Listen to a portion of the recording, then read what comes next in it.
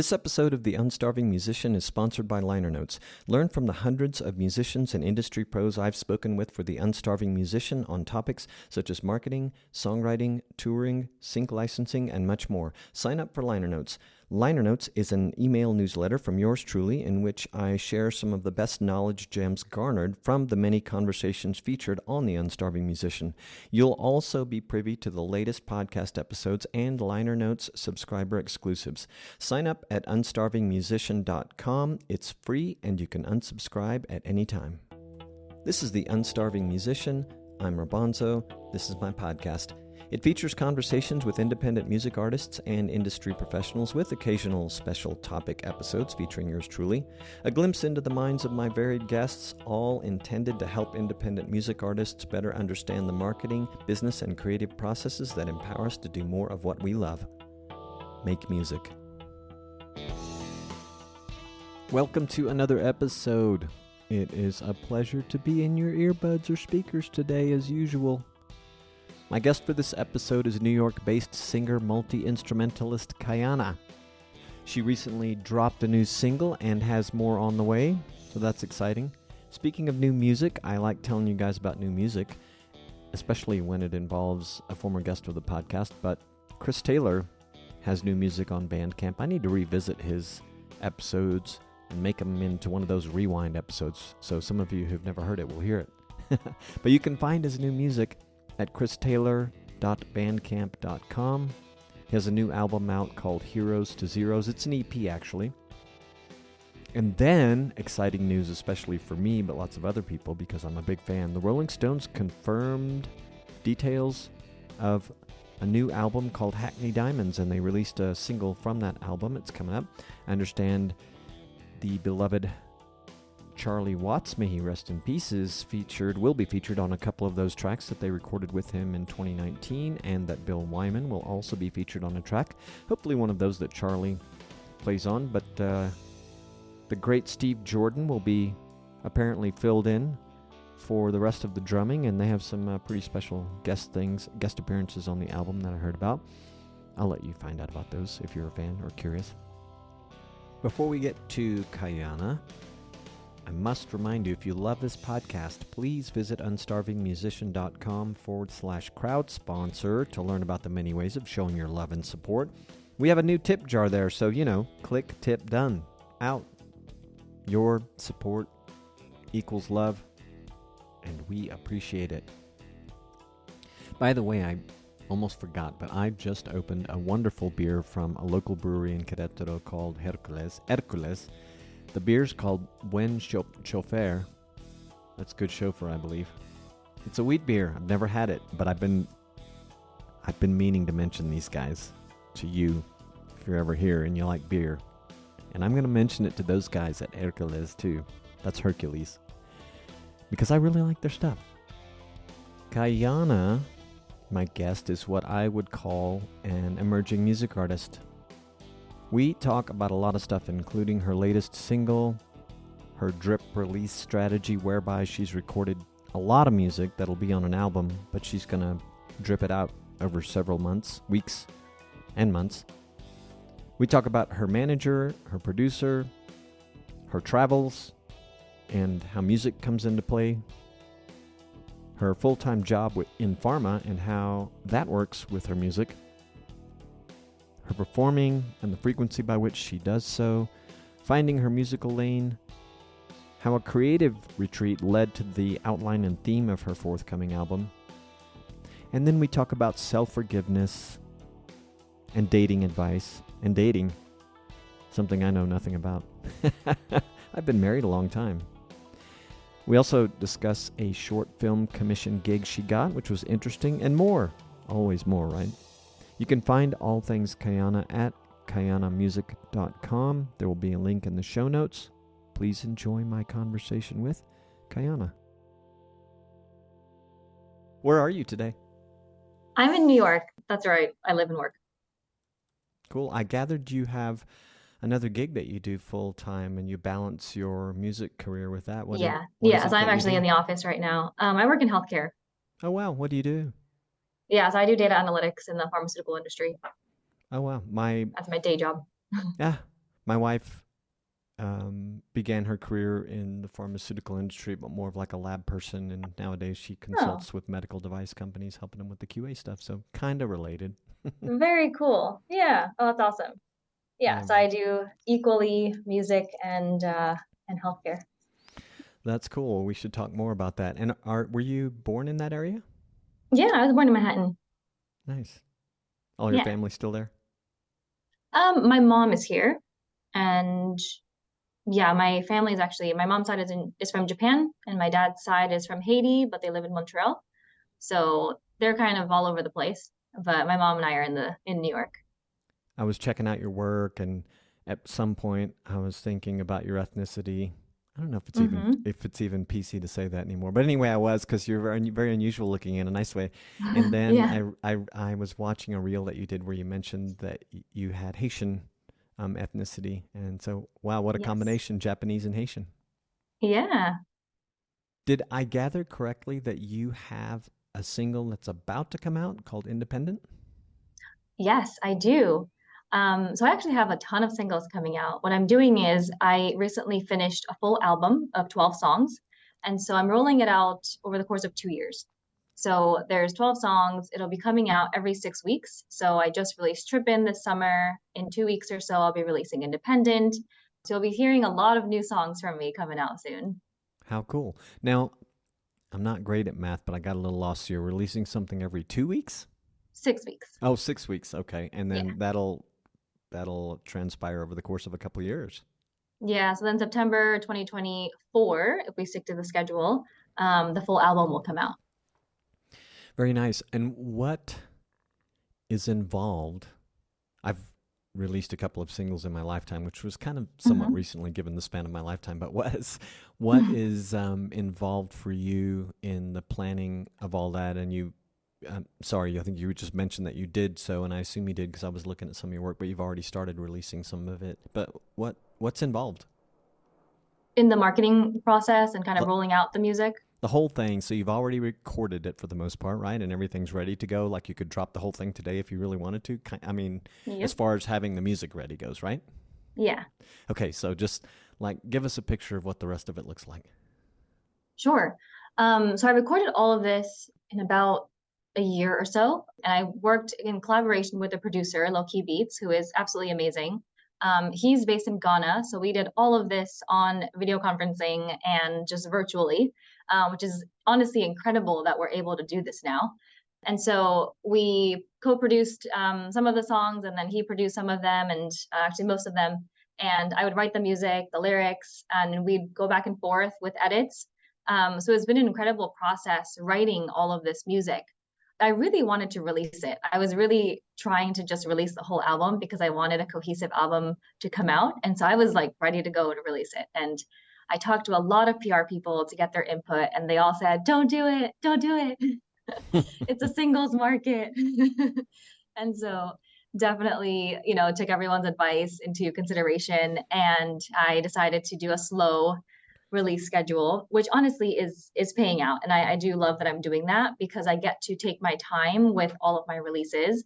I get to really milk each one of them. So instead of, you hear all the 12 songs at once, you're hearing bit by bit, right? So every couple of weeks, you're hearing about me and what's going on. So it kind of gives me time to develop myself as an artist and to get my name out there, to grow my social media platforms, and with each song, grow my audience.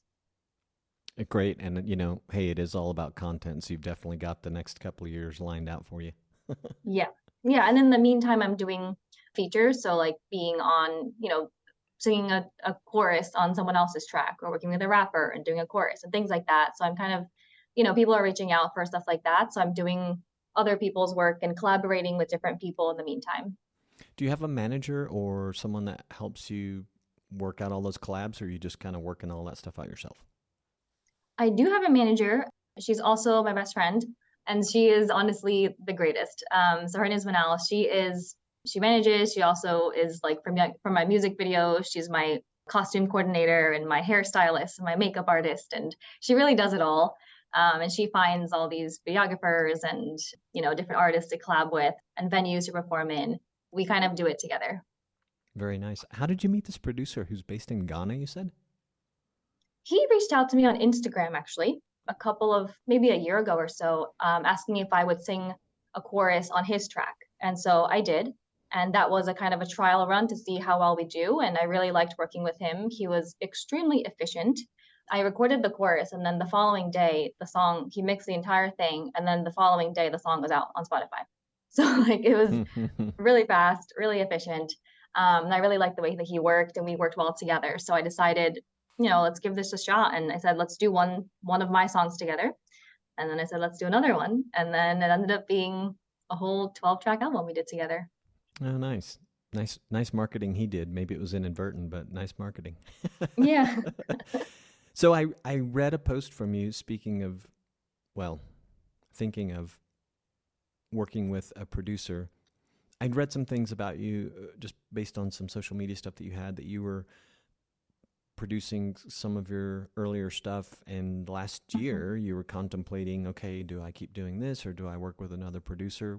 Did his coming into your life, was that fortuitous, or had you already decided, I'm going to start looking around for someone to work with? I had already been starting to look around. Yeah, so my earlier stuff, it's all been self-produced. So I've done my own, make my own beats, play the piano or whatever, and record it and produce all of my music. And I was working with a sound engineer and recording engineer, Vince McCartney from Goldheart Studios, who is amazing. So I've been going to his studio and recording. And then pandemic hit. I had a lot of time on my hands, and so I figured, like, why don't I figure out how to do this? And so I got a license to Ableton and started kind of dabbling on it, and then recording on my own at home. And so I started to just do the recording part on my own. And then, I kind of came to a point where, like, I've kind of reached my level of this is it, unless I go to school and work with other people and learn a lot more. This is kind of the level that I'm going to be. And my skills, if I work with a professional producer who does this for a living, then the quality of my music will be so much better. And so I started looking for producers. I really wanted someone in New York specifically so that I can work with them face to face. Because after the pandemic life, I really wanted someone that I wanted to make music with someone live, because it is different doing it that way. But, I think I reached out to a bunch of people, talked to a bunch of people, but once, Low Key Beats reached out to me and we did this one collab, it worked really well. So I said, let me give it a chance, and it worked out well. So he's my go-to guy. Sounds fortuitous. Yeah. It looks like you like to travel. I saw something that looked like you might have been in Buenos Aires in March, or was it just a photo from a past trip? Oh, no, that was in March. Yeah, I was there for a wedding. Oh, nice. And how was it? It was amazing. It was beautiful. I got kind of a local experience, which was nice because we were traveling with my boyfriend and his friends for their wedding. Cool. Let's see, my wife were there in 2017, and so I was like, gosh, I wonder what changes I might note if I went back. But it was my recollection, it was, we'd lived near San Francisco not long before then, and it reminded us a bit of San Francisco, but we spent most of our time in Mendoza in the wine country, but we were, we did spend a little time in Buenos Aires and saw just a little bit of it. But anyway, nice. It looked cool. Yeah. I saw that you've done some travels in Italy as well. Yep, that was with a family trip last summer. Yeah, so I try to do a lot of traveling here and there whenever I can. I'm actually going to Miami tomorrow with a bunch of friends. So yeah, once in a while I'll do both domestic and international travel. Very nice. And does music follow you around? Are you thinking about it when you travel, or do you kind of let it, at least, in your recent travels, do you kind of just leave it behind and do your thing traveling and then come back to it? It does. It depends. So when I was in Utah with my mom doing the national park tour, we did a bunch of the national parks. We actually ended up filming a music video out there in Arches National Park. So the Untamed video that you'll see on my YouTube channel is filmed out there. And then my Paradise music video from last summer was filmed on St. John in the Virgin Islands. And so my manager, Manel, came with me and a bunch of friends, and we shot a music video together. And we hired an underwater and drone videographer down in St. John, and he was just incredible. So basically, he was our tour guide and toured us around the whole island, brought us to all the most beautiful places, and then got to shoot a music video. So I tried to incorporate it. And then when I was in St. Thomas, Paradise, that was the day that Paradise was released. And so Manal got me on stage at a restaurant bar, and I got to perform my song out there for a launch. So yeah, I definitely try to find opportunities to perform wherever I am. How fun. When did you do that in St. Thomas and St. John? That was last summer. Wow.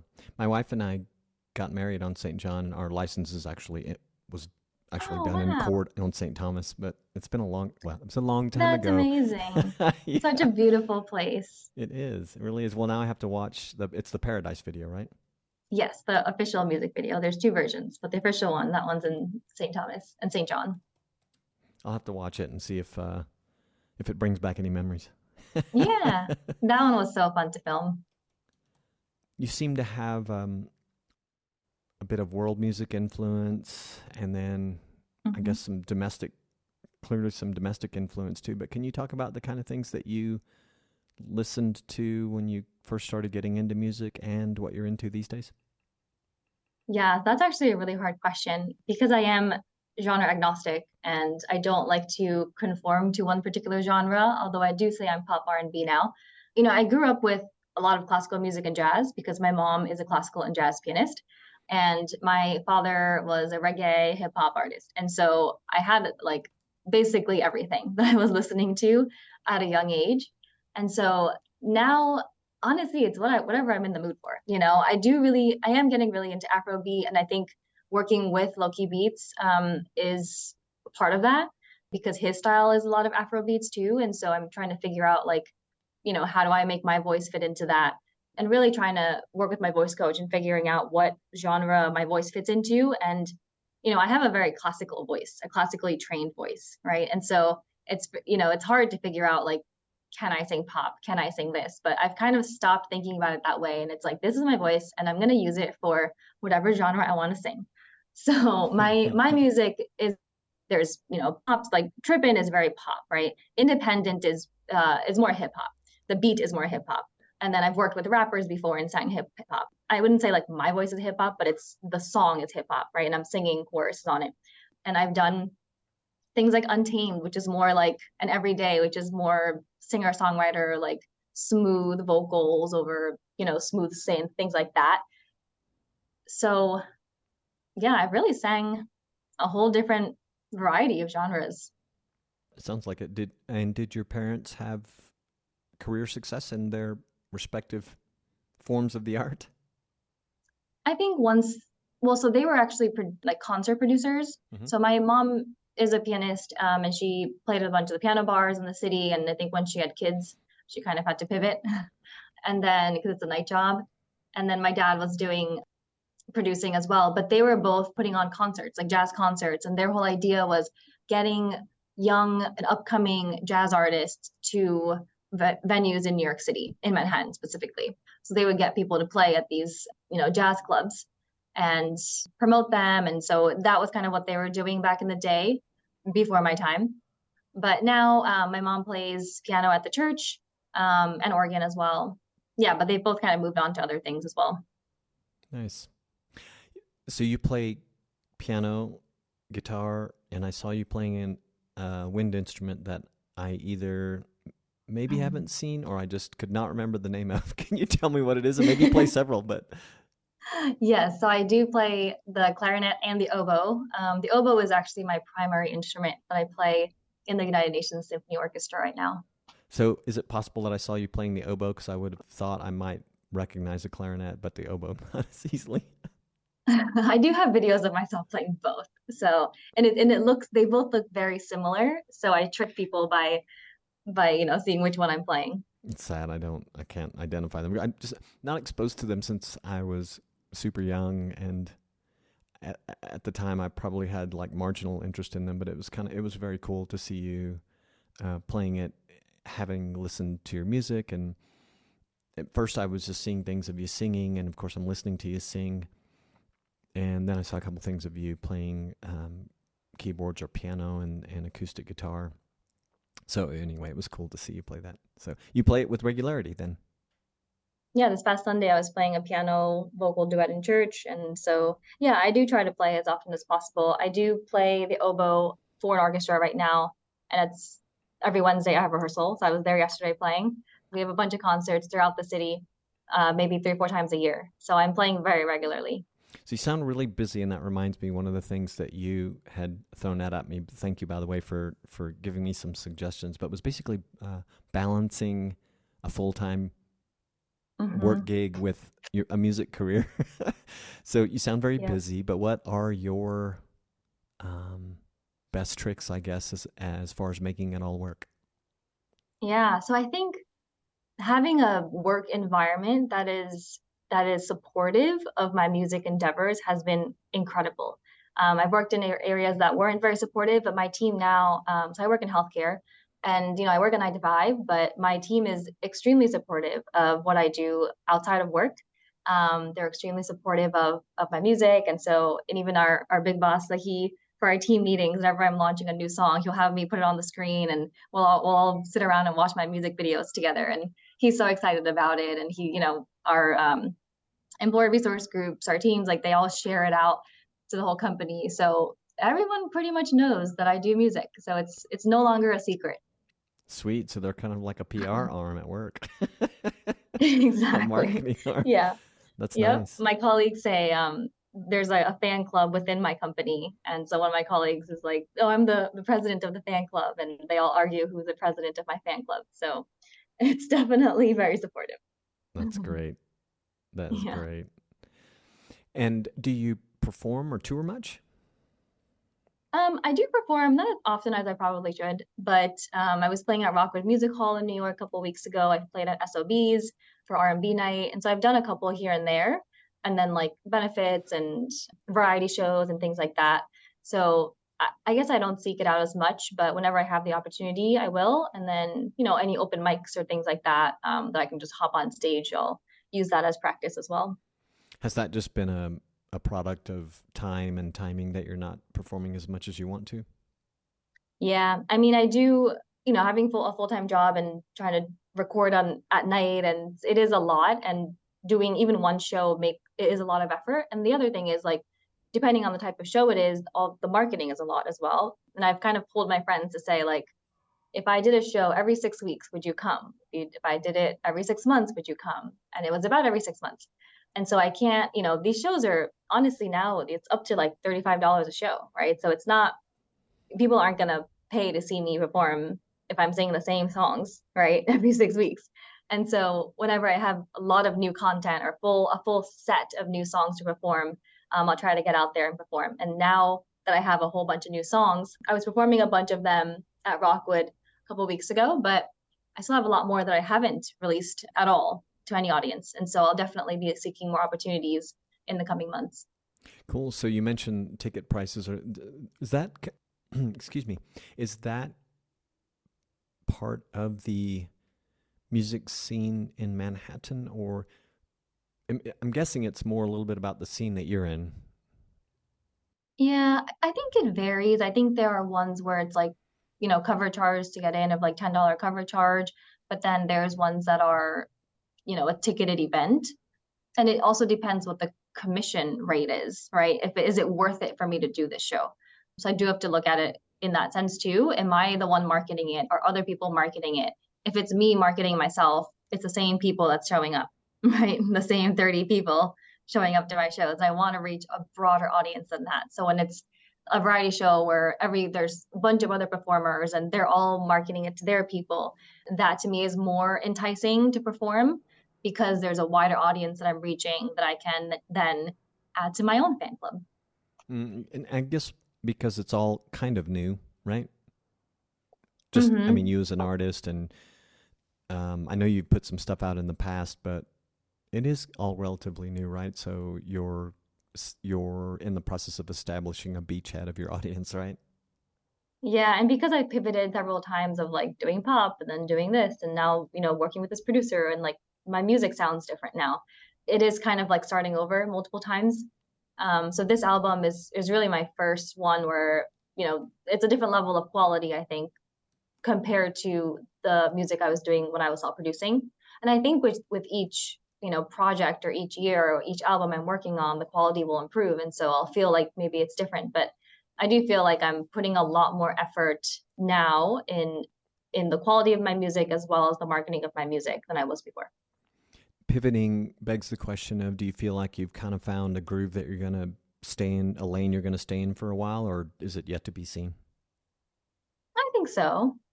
I think so. I mean, I think I'm still developing, and I think I will, always be developing as an independent artist. That's like part of it is figuring out where my voice fits, right? And I think I've kind of figured that out for the most part. But then it's also like, how is the industry changing? And then following that. And so right now it's really a singles market. It's like hip hop, rap is what's the straight, what's getting the most streams. So things like that, following the market and where it's going is also helping me to figure out where I need to be, and like which areas of music is it radio, is it Spotify, is it sync licensing, like where is it that makes the most sense for me to be in. So these are all things that I'm kind of learning and thinking about. Sure, and maybe a little bit of everything.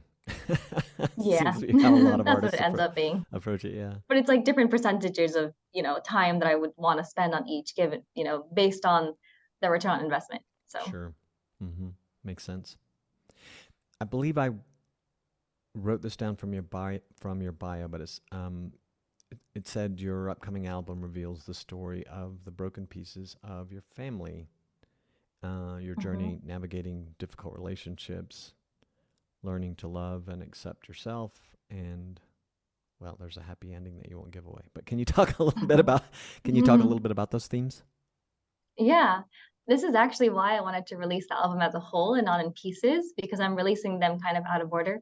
This whole album tells a story, right? So once the full thing is out, you'll see it. But Independent is the first song on the album. That's the opener. And it starts by saying, Once upon a time, I was daddy's little girl. And so this tells a story of how, of the brokenness in my parents and how my father wasn't there. And so I learned to be independent. And my mom is the one that taught me that. And so my mom is also a big part of this whole story. And she comes in later in the song as well when I sing about the song What I Needed, about how we didn't have all the fancy things that all the other kids had. We didn't have a fancy car or a fancy house, but I had my mom, and that's all I needed. And so I go through my childhood experiences, and then I go through broken relationships and heartbreak. And then I go through, the song Love Yourself that's already out now. That one talks about how, after going through therapy, like I've learned how to forgive myself and love myself and figure out, what is the next step for me. And then there's Trippin', which is a very lively piece about a new relationship. And so the story continues from there. Do you still have an active relationship with both your parents, or is it just your mom these days? Just my mom. Yeah, we're very close. And what kind of things, if you don't mind talking about it, where did you find yourself needing to give yourself forgiveness about? I think it's just like falling into the wrong habits, especially in dating, and then kind of being with the wrong people, and then just figuring out like what is it that I want, where is it that I want to go, and how do I want to change my life basically so that I'm attracting the right people. And then, later in the album I talk about like now that I found the right person, like how do I keep them? So the story continues. That is the trick, isn't it? Keeping them. Yep. So were you beating yourself up about the types of people you were choosing, or a little bit of things that you were doing in those relationships that in retrospect you maybe think, oh, that wasn't so great? Well, it's funny because that song, you can actually see it in two ways. The song Love Yourself, you can see it as I'm literally talking about loving myself, or I'm talking about go love yourself. And so, similar to Justin Bieber's song that I took inspiration from, this one was actually a song that I was commissioned to write as part of a short film. And so, I didn't come up with the title myself, but I had to write a song that had that title, but then was still my story. And so, I did write about like, a person that I was dating that was just horrible, and you know how he didn't treat me right and all these things. But then it's like I found a way to, turn myself around and to learn to forgive myself, love myself. So like the chorus goes, "Go love yourself." So you can see it in two different ways. My wife and I have been married so long I can't even imagine dating these days. We predate dating apps and cell phones and all Mhm. that. It's So a struggle. yeah, I'm sure. I mean, a lot of our friends that are very close in our age or older met, online and have their own their own stories. In fact, Yep. a couple of our best friends, kind of new friends that we have, we moved to Mexico about almost a year and a half ago, and so we met a couple from Oh, LA, and they were just sharing the most hilarious story of their early days dating, and they'd met on, I don't remember what app, but yeah, I'm sure the stories are fascinating wherever you go if you talk to enough people. it's a tough world out there. Yep. Do you feel like you have it figured out then, or at least a little bit more than you did before? I mean, I actually met my current boyfriend at one of my shows. He was in the audience. It was kind of cool because it's, we wouldn't have met if we were on the apps because, he's outside of my filter range. But I do think it's So I'm sorry. I'm like, wow, what does that tell you? yeah, I don't do long distance relationships, and he's in Queens, which is a whole different borough than Manhattan. Yeah. So it's about a 45-minute train ride, which in my opinion is long distance. Yeah. But it has worked out great so far. And it's always, I think it's so much more authentic meeting in person. What kind of venue was that? It was a really small venue in Bushwick Tell me it was a bar. in Brooklyn. It was a bar, but with a stage. Like it was like a really nice stage bar. I love it. I was just thinking, I was like, you and I have an incredible amount of things in common from travel. You were recently where my wife and I got married. You met your current boyfriend at a bar. I always tell people my wife and I met the old fashioned way at a bar, which was a live music venue. Oh, there you Isn't go. that funny? There you go. Yes, Um, I always imagine, but that's all I can do is imagine, but I always imagine like, wouldn't it be, it has to be better to meet someone in person. But we've met so many people, as I'm sure you have, that met online or through a dating app and oh seem yeah. super compatible. And I guess it's just, I don't know, it's a little bit about trial and error, isn't it? Well, yeah, nowadays, the question is not how'd you guys meet? It's which app did you guys meet on? I did not realize that, but it makes sense. Makes sense. Yep. Well, yeah, I think today's relationship advice is if you can meet someone in person, it's the way to go. Hmm. My usual, when people ask like, what's the secret to the long marriage? I'm like, compromise. Always, Yeah. always, always. And you know what? There's a lot, and the other comment, there's so much luck involved in meeting the right person. And I think that Hmm. some of us, are lucky that way, and some of us less so. So good for you. Yeah, and happy for you that you've been married for so long. Yeah, It's hard these days. I'm lucky. I really am in so Yeah. many ways. So, what other instruments do you play? I play, in addition to oboe clarinet, I do play saxophone as well. I played the Barry sax, which is the really big one, Wow. back in high school, but now dabble on alto saxophone. And then I love playing the ukulele as well. I wouldn't say I'm very good at it, but just for like when I'm feeling a cute singer-songwriter vibe, sometimes I'll whip out my ukulele when I was in Hawaii, I just, was on the street sitting on my rented Jeep playing my ukulele and people started taking videos and sitting around and I guess I look Hawaiian enough. You kind So of do. everyone You just thought kind I of was the do. local playing my ukulele on the beach. So I think that's about it. And then just piano and guitar. That's cool. Well, I hope you get Yeah. a drum set soon, or I don't know, some sort of percussion. Actually, yes. Yes, that is so that's the one I really, really need to learn. And if I didn't live in New York City in an apartment, my neighbors already are dealing with a lot with noise coming from my apartment. So I can't do that to them. But I would totally do it. I have like dabbled on drum set whenever I have the opportunity to.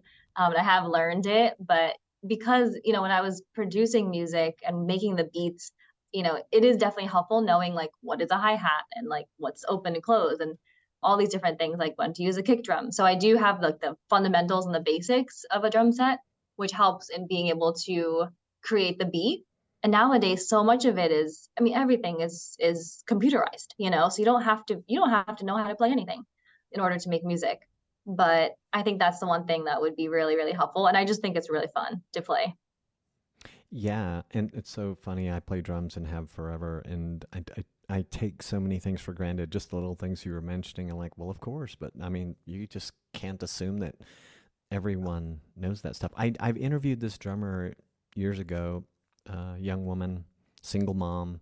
She played for the Navy, so needless to say, she is Hmm. really really good. She's like a chop master, and she's just got great imagination. But she lived in an apartment, and as you know, and mentioned, it can be tough to Oh to yeah. work on your drums. Oh, I have to give her a shout out. Her name is I hope I'm pronouncing it right. Camellia Akami Keys. She has an amazing Instagram, but she started taking her drum set down to the beach. Well, a very small kit. Really? She's so good. You can give her two things to hit, and she can make a concert out of it. But so that's how she kept her chops up, and she's kind of built a brand online. And I know she gets hired to do some pretty cool gigs. Speaking of getting hired, you said that you got commissioned for a Hmm. short film. How did that come about? Can you talk about the film? Sure. It was someone I had met at a creatives retreat, and she is a filmmaker and director. And so, Danielle Cummings, she asked if I can write a song. So I think she had wanted to use Justin Bieber's Love Yourself, but he is very expensive. And so I was, willing to work for a little bit less than what Justin offers. And so I wrote a song called Love Yourself, and it was cool. I read the entire script of the short film, studied the script, studied the content, had a conversation with her to understand what her goals were, what the filming was going to look like.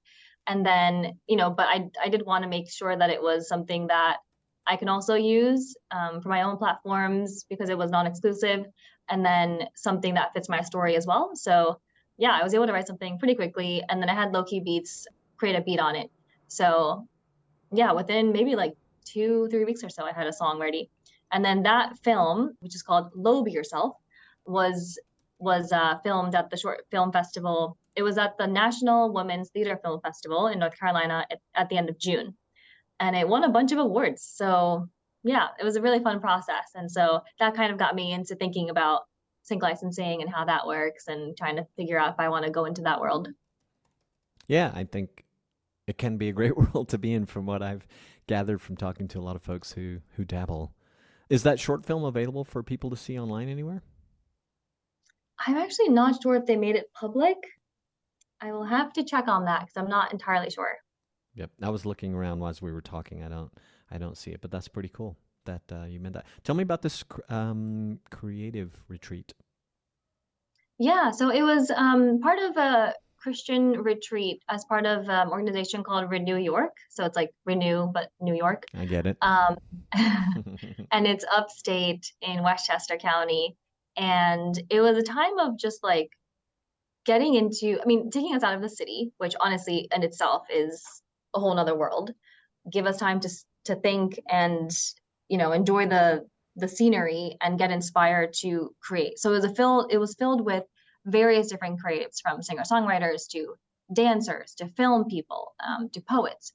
So there was definitely a wide variety of people. And so we had like every session was guided activity. So, they would talk about, I don't know, they would talk about something, and then we would have to go and write or dance or something in this given topic. And it was only a weekend, felt like longer, but we were able to kind of yeah, it was just a weekend. We were able to remove ourselves from the everyday stresses and the everyday distractions and just focus on our art. And so it was really cool. And at the end of the retreat, we got to share out. And I actually ended up writing a whole song at this retreat. And there was the theme of stained glass that came up several times on this retreat. And so that was how I got the inspiration for my album. So I wrote a song called Stained Glass, and I wrote a whole like verse, chorus, verse, bridge, everything, the whole song. And that's what I presented just on guitar vocal at this retreat. And then I started to think after the retreat, once I got home, do I really want to release this song or record this song as is? Or really what it was it served as an outline for my entire album. So I took the verse and said, okay, this has to be fleshed. This story that's in the verse needs to be fleshed out. And so that story that I wrote for the verse became a whole song in itself. And then the chorus was a whole story in itself. So I fleshed that out to become a whole song. And then the bridge, the verse too. So I kind of fleshed each of these parts out to be its own songs. And so basically I wrote an outline, which I guess in my way it's just a song, which ended up being a lot more songs. So it was really cool because that was really how the idea came about. And the whole thing about Stained Glass was that, it's the broken pieces of my life in my early childhood, in like the early dating world. Like that was just like where the symbol of broken glass on the floor.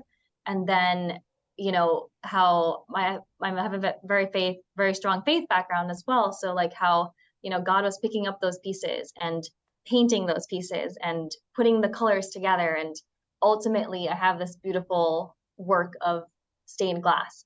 And so that was kind of like the imagery I was going for when writing the full album. That's so cool. I'm guessing it was kind of a surprise to pop out of that retreat with like, hey, I've got an outline for my album. Yeah. Yeah, it was awesome. Yeah. And then I wanted to title my album Stained Glass, but then I looked it up and there was like 30 different albums titled Stained Glass. So I'm like, yeah, this isn't original. So that's not, I don't mention Stained Glass in the album, but I think the themes of it are there. That's smart. Looked it up. Have you done anything like that since that creative retreat? Have you done any others like that? No, that was back in March. I haven't done anything since, but I would love to. I think I would definitely go back to that every year. And then I'm always looking for new opportunities. I always think back to when I was in high school, I'd watch Camp Rock, which is a movie and it takes place in, I don't know, middle of nowhere. And it's a bunch of high school kids that get together and write music. And it's like a music camp. That was such a dream. And that would be so cool to do that even now as an adult. I have a friend in San Jose. I don't know if he still does it. And I'm sure it kind of fell apart, at least for a while during the pandemic. But he did this sort of school of rock or rock camp, and which would culminate in a big on-stage performance at this private venue for the class and the parents and all this stuff. It's usually, I believe it was usually like a youth rock camp, but he said he was like the funnest thing in the world to see these kids, light up over time and then do the thing on stage. Oh, that's awesome. Oh, maybe I'll be a counselor at one of them if I'm too old to be a camper. You should. Well, I'm sure they have them for adults as well. It just depends on what you're into. Do I want to work with kids or adults?